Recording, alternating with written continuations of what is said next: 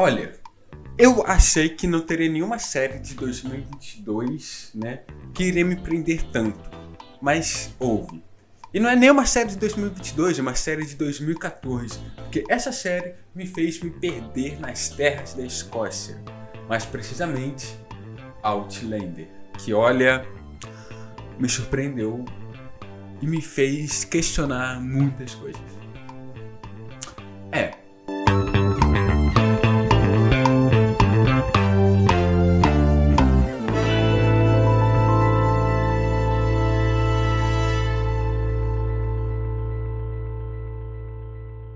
muito bem, Outlander. Essa é uma série que eu não estava esperando muito. Porque eu sempre vi ela na Netflix e sempre vi algumas pessoas falando dela até. Só que a questão é que ela não é uma série muito bem assim, tão comentada. Ela tem uma audiência muito grande hoje em dia. Mas é aquele tipo de série tipo Peaky Blinders, que por mais que tenha meme, um monte de coisa que rola, sabe? E ficou mais popular hoje em dia por causa das redes sociais. Anteriormente não era tão popular assim. E era uma série muito de nicho, que tinha um nicho muito grande, mas não era de conhecimento geral, digamos assim. E Outlander é isso hoje em dia, que tá aí, já vai estrear sua sexta temporada ainda esse ano, provavelmente.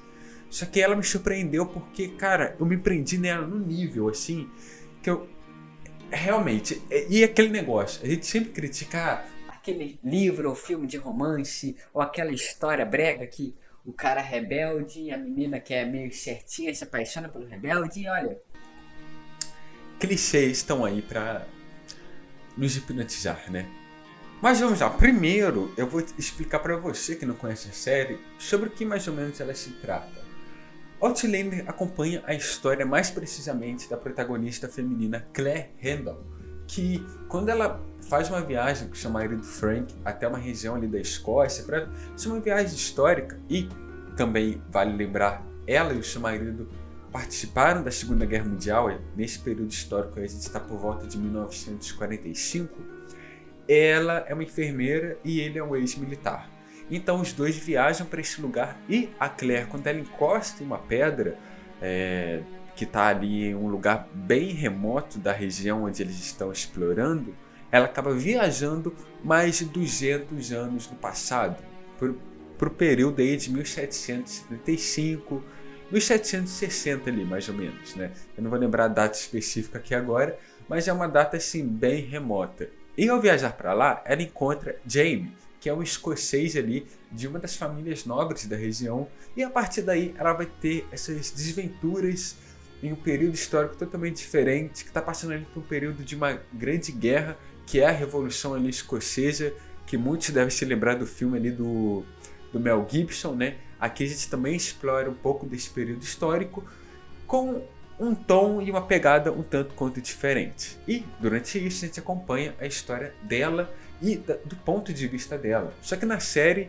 a gente tem o ponto de vista de outros personagens também, como o personagem principal masculino, o Jaime, que ele é Jaime ou James?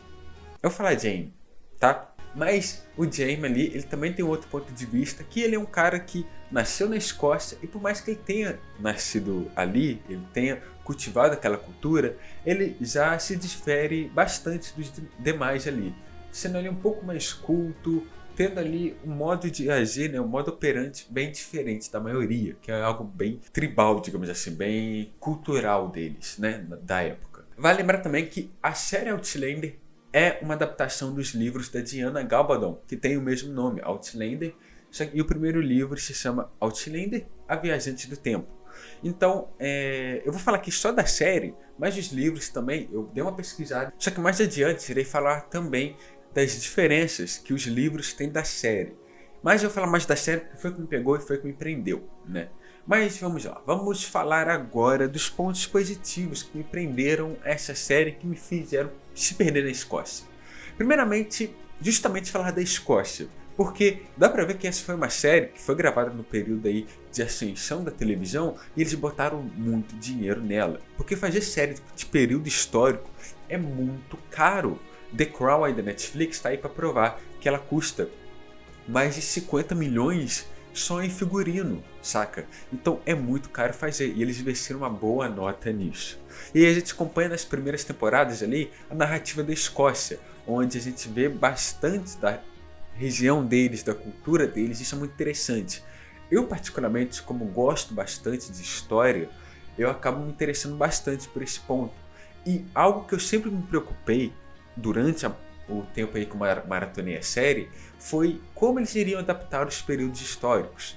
Porque durante a série a gente aborda outras questões como escravidão, abuso das mulheres, só que eles têm aí um cuidado muito grande em contar essa história da melhor maneira possível, né?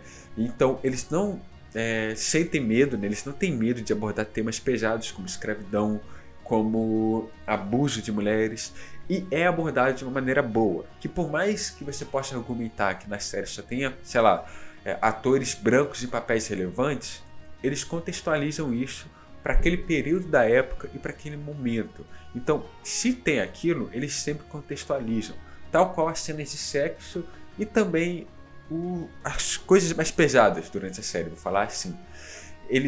Tudo tem um contexto narrativo e histórico, o que eu gostei muito, não é algo só jogado, sabe? A série, tal qual os livros, sempre mostra ali dois pontos de vista, o da Claire no presente e o da Claire no passado. Na série é muito mais no passado, né? Então a gente vê muito mais ali dela com o Jaime, só que quando a gente volta para o presente, dá para perceber as diferenças de cada período histórico, onde temos personagens negros com muita relevância, né? Não são uma relevância gigantesca, né? Mas mostra ali que ela entende o período, aquela história que ela está contando e que ela precisa explicar o porquê daquilo ser daquela maneira, sabe? Então é algo muito bom e é algo que eu gostei bastante. A série tem o Ronald D. Moore como principal criador dela. Hoje em dia ele está muito mais nos bastidores, mas ele continua ali na produção. E ele é um cara que, se você não conhece muito bem, ele esteve envolvido aí em diversos projetos muito interessantes. Ele fez até um filme da Missão Impossível, né? Missão Impossível 2.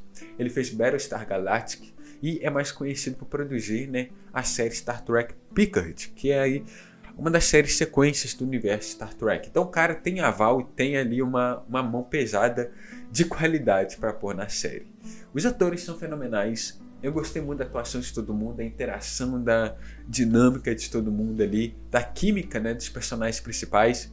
Porque eu até fui pesquisar depois para ver se eles realmente eram casados na vida real. Porque, cara, dá a impressão de ser algo muito assim, natural. E não são, infelizmente. Mas não dá para ser feliz o tempo todo, né?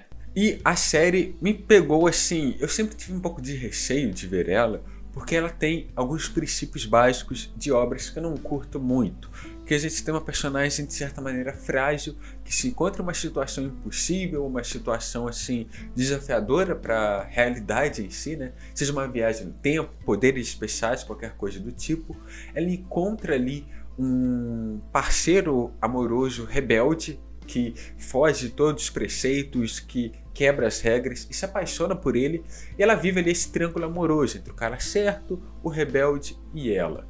E realmente tem essa dinâmica, só que a forma como é desenvolvida, pelo menos na série, eu consegui gostar e me apegar a eles. E não é algo somente jogado ali. Dá pra ver que, por exemplo, quando a personagem volta ali de um momento de distância do Jaime, né? A Claire volta depois de um momento de distância dele, não é uma volta imediata, onde eles se reconciliam de uma vez e falam: oh meu Deus, meu amor, volte para mim agora, vamos nos beijar e ficar juntos o resto da vida. Não, tem um desenvolvimento, tem ali uma coisa que é gradual. E como é uma série, dá pra ver que eles desenvolvem muito bem isso, sabe? Os períodos históricos são muito bons, o próprio figurino é muito bom também, sabe? Eles conseguem adaptar, e a forma como eles conseguem movimentar as temporadas, mostrando cenários diferentes, sabe?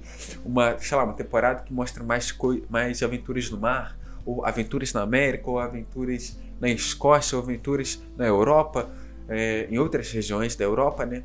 É muito bom, sabe? Os plots são muito bem desenvolvidos, os personagens, o Frank, por exemplo, que tem o Frank no presente e o Jack, né, no passado, que são descendentes, são muito bem desenvolvidos, sabe? O Jack como um vilão, aquele vilão que é um mal puro, sabe? E a gente aquele negócio, ama odiar ele, sabe? Eu só consegui ter ódio profundo por ele. E o Frank, que tá do outro lado, e os dois criam esse contraponto, que ele é um cara que se controla, que é diferente, sabe? Então, eu consegui gostar muito da série. É algo que me prendeu. Eu tô terminando a quinta temporada agora, então eu tô muito apegado à série. E aos personagens desse universo. Porque é um universo histórico muito interessante e que eu realmente consegui me apegar. Os atores são muito bons e eu queria que a série fosse realmente mais reconhecida. E agora eu quero até tentar procurar os livros e ver como que eles são. E falando agora um pouco dos livros, tem algumas diferenças, né? Nos livros, por exemplo, a gente acompanha muito mais a perspectiva narrativa da Claire, né? Que ela é a narradora da história. Só que já na série a gente tem momentos onde o Jaime narra. Então tem essa diferença.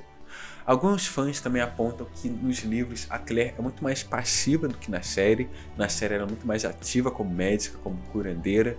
Então é um outro ponto que eu gostei bastante, que ela é uma personagem feminina forte, que, é claro, tem ali as suas limitações, que ela não é uma expert de combate, que aprende Kung Fu do nada, não.